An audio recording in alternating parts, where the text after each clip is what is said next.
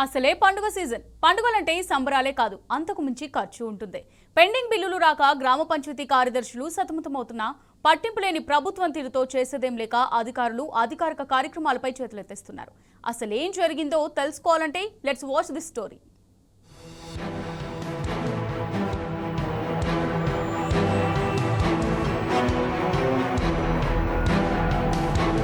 మహబూబాబాద్ జిల్లా గూడూరు మండలంలోని గ్రామ పంచాయతీ కార్యదర్శుల కష్టాలు అన్నీ ఇన్ని కావు.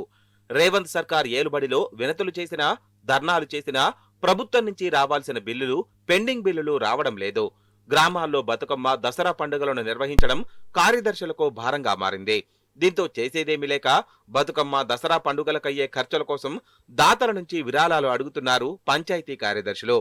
ఇప్పటికే లంబాడీలు ఘనంగా జరుపుకునే తీజ్ పండుగ కోసం పంచాయతీ కార్యదర్శులు సొంత డబ్బులు వెచ్చించారు. నెలల తరబడి పెండింగ్ లో ఉన్న బిల్లులు రాక రాష్ట్ర ప్రభుత్వ తీరుతో పంచాయతీ కార్యదర్శులు విసిగెత్తిపోతున్నారు.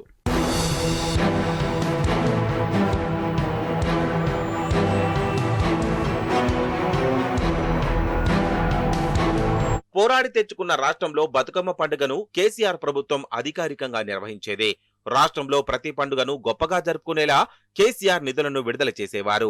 కానీ రేవంత్ పాలనలో నిధులు విడుదల చేయడం కాదు కదా, ఇవ్వాల్సిన బిల్లులు కూడా ఇవ్వకపోవడంతో అధికారులు ఇబ్బందులు పడుతున్నారు. అధికారిక కార్యక్రమాలు, ఇతరత్రా పనుల నిర్వహణకు డబ్బులు లేక చేతులెత్తేస్తున్నారు. కష్టపడి ఉద్యోగాలు సాధించిన గ్రామ పంచాయతీ సెక్రటరీలు కాంగ్రెస్ పాలనలో అప్పులు చేయాల్సిన దుస్థితి వచ్చిందని ఆవేదన వ్యక్తం చేస్తున్నారు.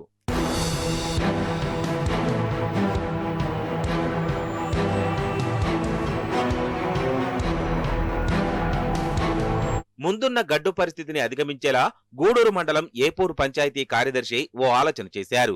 చందాలతో బతుకమ్మ, దసరా వేడుకను నిర్వహించుకోవాలని గ్రామ ప్రజలు, గ్రామ పెద్ద మనుషులు, ఉద్యోగస్తులు, వ్యాపారవేత్తలు, వివిధ పార్టీల అధ్యక్షులు, వివిధ పార్టీల ముఖ్య నాయకులు గ్రామ పంచాయతీ యూత్ సభ్యులకు వాట్సాప్ మెసేజ్ పెట్టారు.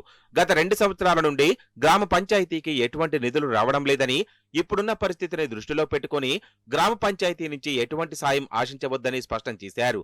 గ్రామ అభివృద్ధికి వీధి లైట్లు, బతుకమ్మ ఉత్సవాలు జరిపించేందుకు దాతలు ముందుకు రావాలని కోరారు.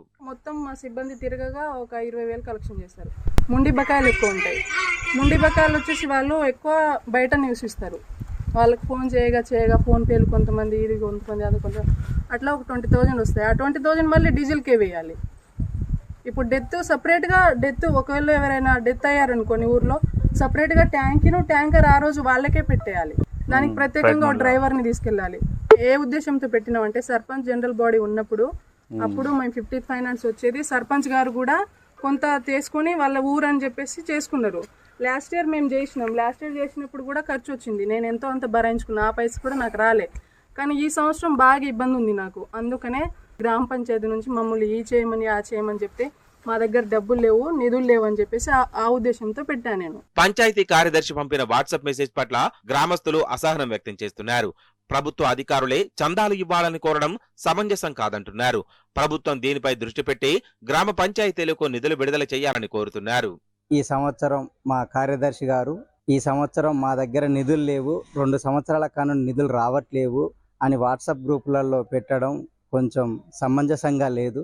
కానీ బతుకమ్మ పండుగ అనేది తెలంగాణలో పుట్టింది. కానీ ఇక్కడ ఉన్నటువంటి ప్రజెంట్ ఉన్నటువంటి గవర్నమెంట్ కానీ కరెక్ట్ కాదు. నిధులు సమకూర్చి రాజకీయ నాయకులు కానీ వాళ్లకు ఒత్తాసు పలకడం వీళ్ళ కార్యదర్శుల కరెక్ట్ కాదు. కాబట్టి ఏదైనా చేసి ఈ యొక్క ఫెస్టివల్ ను పూర్తి స్థాయిలో గవర్నమెంటే తన యొక్క ఆధ్వర్యంలోకి తీసుకొని వాళ్లే నిర్వహించాలని మేము కోరడం జరుగుతుంది.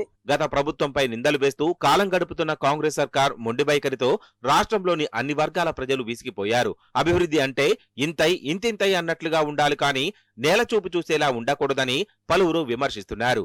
కాంగ్రెస్ కు గుణపాఠం తప్పదని ప్రజలు హెచ్చరిస్తున్నారు.